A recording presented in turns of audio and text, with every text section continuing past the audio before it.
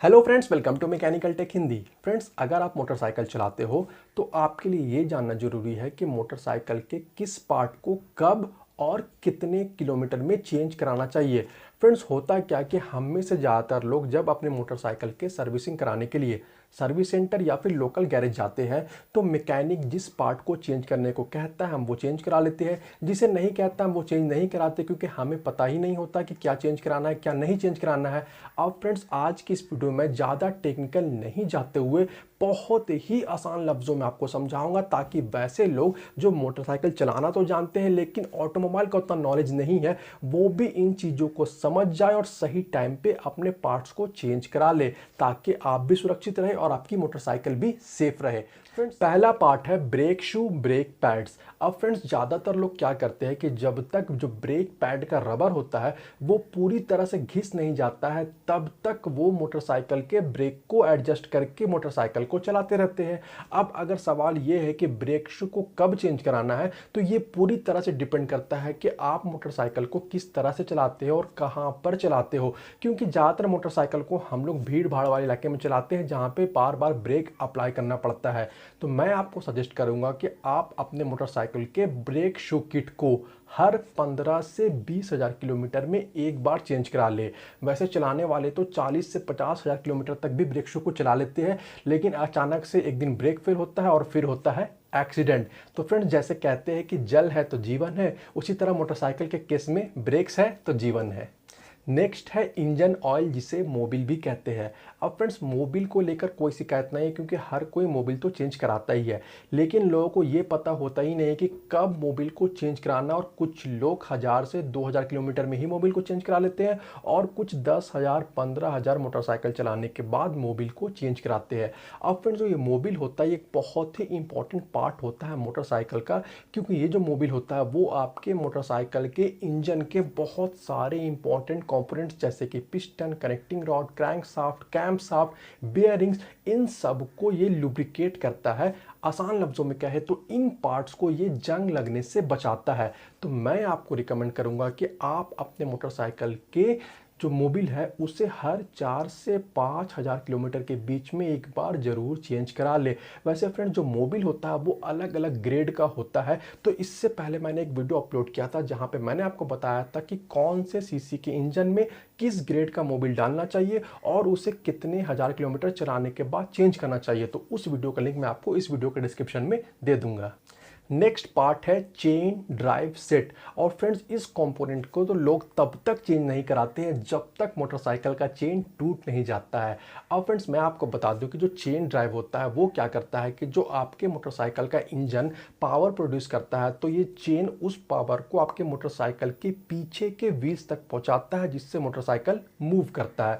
अब फ्रेंड्स, कई बार क्या होता है कि जो चेन है वो कभी टाइट हो जाता है या कभी बहुत ज़्यादा ढीला हो जाता है, तो हम बार बार उसे एडजस्ट करते जाते हैं। फ्रेंड्स, एडजस्ट करने में कोई बुराई नहीं, उसे एडजस्ट करना भी चाहिए, लेकिन इसका एक लाइफ होता है और उसके बाद इस चेन को चेंज कर देना चाहिए, क्योंकि अगर आप चेन को चेंज नहीं करोगे तो इंजन से यानी कि आपके मोटरसाइकिल की इंजन से पावर लॉस होगा, या हम लोग आसान लफ्जों में कहें तो आपका जो पेट्रोल है वो ज़्यादा वेस्ट होएगा अगर आप इस चेन को चेंज नहीं करते हो। तो मैं आपको सजेस्ट करूंगा कि आपको अपने मोटरसाइकिल के चेन ड्राइव सेट या फिर चेन स्प्रॉकेट को हर 25 से 30,000 किलोमीटर के बाद एक बार चेंज करा लेना चाहिए। वैसे फ्रेंड्स, जरूरी नहीं है इसे चेंज कराना, आप इसके लाइफ को और भी ज़्यादा बढ़ा सकते हो, और वो आप कर सकते हो अगर आप अपने मोटरसाइकिल के चेन को बार बार वॉश करके उसे लुब्रिकेट करते रहोगे। और जो लुब्रिकेशन आता है चेन के लिए आप अगर उसमें डालते हो तो आप इसे 35 से 40,000 किलोमीटर तक भी चला सकते हो, लेकिन आप इससे ज़्यादा चेन को यूज़ नहीं करें। जो चेन ड्राइव का सेट होता है, जो स्प्रॉकेट वगैरह होता है, आप उससे इस आसपास चेन जरूर करा ले। नेक्स्ट है फोर्क ऑयल। अब फ्रेंड्स, ये जो फोर्क होता है वो आपके मोटरसाइकिल के मेन फ्रेम को मोटरसाइकिल के फ्रंट व्हील और एक्सल के साथ जोड़ता है। फोर्क जो होता है वो बेसिकली वहाँ पे दो ट्यूब होते हैं जिसमें फोर्क ऑयल भरा हुआ होता है और ये सील्ड होता है, और ये काम करता है कि आपके मोटरसाइकिल के जितने भी बम्प हो, जो गड्ढे हो, उसमें जर्क लगने से ये बचाता है। अब फ्रेंड्स, सवाल है कि फोर्क ऑयल कब चेंज करना चाहिए, तो मैं आपको बता दूं कि पहला पॉइंट तो ये है कि अगर आपको फोर्क से ऑयल लीकेज दिखाई दे रहा हो तो आप उसे फटाफट से चेंज करा लो। दूसरी बात क्या है कि अगर फोर्क ऑयल को चेंज करने की बात करें तो टाइम टाइम से क्या होता है कि जो फोर्क ऑयल की विस्कोसिटी विस्कोसिटी है, या आसान लफ्ज़ों में कहें तो जो फोर्क ऑयल का जो गाढ़ापन है वो यूज़ करते करते कम होने लगता है, वो पतला होने लगता है, जिससे क्या होता है कि जो सस्पेंशन है वो ज़्यादा बेहतर से काम नहीं करने लगता है। इसलिए मैं आपको एडवाइस दूंगा कि आप अपने फोर्क ऑयल को साल में एक बार या फिर 25,000 किलोमीटर चलाने के बाद ज़रूर चेंज कर ले। नेक्स्ट पार्ट है स्पार्क प्लग। अब फ्रेंड्स स्पार्क प्लग में कोई ध्यान ही नहीं देता जब तक कि इंजन या तो ख़राब नहीं हो जाए या इंजन स्टार्ट नहीं हो, तब तक तो कोई स्पार्क प्लग को चेंज कराने की सोचता भी नहीं है। अब फ्रेंड जो स्पार्क प्लग होता है वो आसान लफ्ज़ों में कहे तो ये काम करता है कि जो पेट्रोल आपकी गाड़ी के इंजन के अंदर में जा रहा है वो स्पार्क प्लग से जब स्पार्क निकलता है, जब चिंगारी निकलता है, उस वजह से ही वो पेट्रोल जलता है, जिससे इंजन पावर प्रोड्यूस करता है और आपका मोटरसाइकिल रन करता है। अब फ्रेंड्स अक्सर क्या होता है कि जब इंजन एकदम स्टार्ट नहीं होने लगे या इंजन सीज कर जाए, ख़राब हो जाए, तभी लोग स्पार्क प्लग को चेंज करते हैं। मैं आपको सजेस्ट करूंगा कि आपको हर 20 से 25,000 किलोमीटर में एक बार अपने मोटरसाइकिल के स्पार्क प्लग को जरूर चेंज करा लेना चाहिए। फ्रेंड्स होता क्या है कि स्पार्क प्लग वो बहुत ही महंगा मतलब प्राइस का नहीं होता है, ये 100-150 रुपये में मिल जाता है, तो ज़्यादा महंगा भी नहीं है, मेंटेनेंस का आपका खर्चा भी नहीं बढ़ेगा। लेकिन अगर आप टाइम टाइम से स्पार्क प्लग को चेंज कराओगे तो इंजन का लाइफ मतलब कि पावर वाइज या एफिशिएंसी वाइज जरूर बढ़ जाएगा। तो आप इसे 20 से 25,000 किलोमीटर में एक बार जरूर चेंज करा ले। नेक्स्ट पार्ट है केबल्स। अब फ्रेंड्स मोटरसाइकिल में बहुत सारे केबल्स होते हैं, जैसे choke cable, accelerator cable, clutch cable, और लोगों ने तो ये मान रखा है कि इन केबल्स को तब तक चेंज नहीं कराना चाहिए जब तक कि ये केबल टूट नहीं जाए। लेकिन फ्रेंड्स अगर क्या होगा कि अगर ये केबल कभी उस जगह पे टूट जाए जहाँ पे आसपास गैरेज नहीं है तो आपको कितनी ज़्यादा परेशानी हो जाएगी। इसलिए आपको ये जानना जरूरी है कि केबल्स को कितने किलोमीटर में चेंज करा लेना चाहिए। आप फ्रेंड्स जो बेसिकली केबल्स होते हैं जो कि मोटरसाइकिल में यूज़ किए जाते हैं वो स्टील या फिर एल्यूमिनियम के पतले पतले वायर्स होते हैं जो आपस में मिले हुए होते हैं इस तरह से। और क्या होता है कि जब हम लगातार यूज़ करते जाते हैं मोटरसाइकिल को, उससे क्या होता है ये जो केबल है वो एक बार में ज़्यादातर केस में नहीं टूटता है, एक एक करके जो जॉइंट होते हैं, जो वायर्स होते हैं वो धीरे धीरे टूटते हैं। और अचानक से जब गाड़ी बहुत ज़्यादा चल जाती है तो फिर क्या होता है किसी भी जगह पे ये केबल्स टूट जाते हैं। तो मैं आपको सजेस्ट करूंगा कि आपको इन केबल्स को 40,000 किलोमीटर के आसपास एक बार चेंज करा लेना चाहिए, ताकि कभी इमरजेंसी के टाइम में या कोई गलत जगह आपकी गाड़ी की ब्रेकडाउन नहीं हो जाए। नेक्स्ट कंपोनेंट है कार्ब्यूरेटर। अब फ्रेंड्स कार्ब्यूरेटर के केस में आपको ये नहीं जानना है कि कितने किलोमीटर में इसे चेंज कराना है, आपके लिए ये जानना जरूरी है कि कार्ब्यूरेटर को किस वजह से चेंज करना चाहिए। अब फ्रेंड्स जो मोटरसाइकिल का कार्ब्यूरेटर होता है वो एयर और पेट्रोल को सही रेशियो में मिक्स करता है और वो इसे भेजता है इंजन के सिलेंडर के अंदर में, जिससे कि इंजन पावर प्रोड्यूस करता है। अब फ्रेंड्स अगर कभी आप गौर करो कि आपके मोटरसाइकिल का जो फ्यूल इकोनॉमी है या आसान लफ्ज़ों में कहे तो जो माइलेज है अगर वो कम हो जाए, इसके अलावा जब कभी आप इंजन को स्टार्ट करो और मोटरसाइकिल खड़ी है उस वक्त से जो इंजन है वो जो रेस हो जाए, उसमें ज़्यादा तेज़ी का आवाज़ आए। इसके अलावा अगर कभी जब आप मोटरसाइकिल को चला रहे हो और अपने स्पीड को स्लो करते हो उस टाइम मोटरसाइकिल बंद हो जाए, या इसके अलावा जब मोटरसाइकिल में आपका ज़्यादा लोड हो, चाहे 2 या 3 लोग बैठे हुए हैं, उस टाइम आपको एक्सेलेरेटर लेने में प्रॉब्लम हो, तो आप समझ जाओ कि आपके मोटरसाइकिल के कार्बोरेटर में किसी तरह का प्रॉब्लम है या कार्बोरेटर सही से काम नहीं कर रहा है। तो अगर एडजस्ट हो पाए तो आप कार्बोरेटर को एडजस्ट कर लो, या फिर आप इसे चेंज भी कर सकते हो, जिससे जितनी भी कमियां मैंने आपको बताई वो सारी आपकी दूर हो जाएंगी।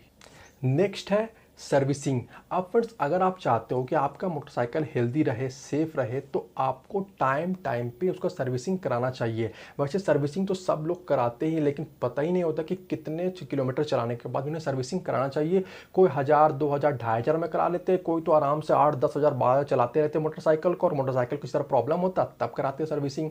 मैं आपको बताता हूं कि अगर आप मोटरसाइकिल को एक अच्छे कंडीशन में मेंटेन करना चाहते हो तो हर एक कंपनी चाहे कितने सीसी का भी इंजन हो, 100 से लेकर 250, 300, 400 जितने भी सीसी का इंजन हो, हर एक कंपनी रिकमेंड करती है कि आपको 4000 से 5000 के आसपास इतना किलोमीटर चलाने के बाद एक बार अपने मोटरसाइकिल को बढ़िया सर्विस सेंटर में जाके, या आपके आसपास अगर आपको लगता है कोई बढ़िया लोकल गैराज है वहां पे जाके सर्विसिंग जरूर टाइम से टाइम करा लेना चाहिए, ताकि कभी इमरजेंसी कंडीशन में या कोई गलत जगह पे आपके मोटरसाइकिल का ब्रेकडाउन नहीं हो जाए। क्योंकि सर्विसिंग होने से आपका गाड़ी बहुत ही ज़्यादा हेल्दी रहता है और इसके जो कंपोनेंट्स है वो भी अपने फंक्शन को अच्छी तरह से परफॉर्म करते रहते हैं। फ्रेंड्स इसके अलावा अभी आपके पास जो भी मोटरसाइकिल है उसका कंडीशन जो भी है, जितना भी वो किलोमीटर चल चुका है, आप उसके किसी भी कंपोनेंट्स के चेंज करने के लेकर कुछ डाउट है आपका, तो आप मुझे कमेंट करके बताओ। मैं आपको पर्सनली आपके मोटरसाइकिल के कंडीशन के हिसाब से सजेस्ट कर दूंगा आपको कि आपको कौन से कंपोनेंट को इस टाइम पे चेंज कराना चाहिए या नहीं चेंज कराना चाहिए। फ्रेंड्स इसके अलावा मैं आपको बता दूं कि आपको मेरे चैनल पे ऑटोमोबाइल से रिलेटेड अलग अलग टॉपिक्स के ऊपर में, और जो टॉपिक जो कंपोनेंट्स के बारे में मैंने आपको आज किसी वीडियो में बताया, उन सब के ऊपर भी एक डिटेल वीडियो मिल जाएगा। तो अगर आप जानना चाहते हो कि मोटरसाइकिल के ये जो डिफरेंट कंपोनेंट्स है वो किस तरह से काम करते हैं, तो आप उन वीडियोस को मेरे चैनल पर जाकर जरूर विजिट करके उसे एक बार जरूर देखें। आपको बहुत ज़्यादा टेक्निकल नॉलेज आपका इंप्रूव हो जाएगा। फ्रेंड्स आपके पास कौन सी मोटरसाइकिल है, वो कितने किलोमीटर चल चुकी है, आप उसकी सर्विसिंग कब कराते हो और कहां से कराते हो, आप ये मुझे कमेंट करके जरूर बताएं। इसके अलावा फ्रेंड्स अगर आज का ये वीडियो आप लोग के लिए हेल्पफुल होगा, आपको कुछ अच्छा सीखने को मिला हो, तो वीडियो को लाइक और दोस्तों के साथ शेयर जरूर कर दें। वीडियो के बारे में और चैनल के बारे में अपनी राय आप मुझे कॉमेंट करके जरूर बताएं। इसके अलावा फ्रेंड्स अगर आप मेरे चैनल पर नए हो या अभी तक आपने चैनल को सब्सक्राइब नहीं किया, तो प्लीज़ चैनल को सब्सक्राइब कर ले और बेल आइकन को भी दबा ले, ताकि आने वाले इंपॉर्टेंट वीडियोज़ के अपडेट आपको नोटिफिकेशन के थ्रू मिलते रहे। मिलता है अगले वीडियो में। Thanks for watching this video. Good bye.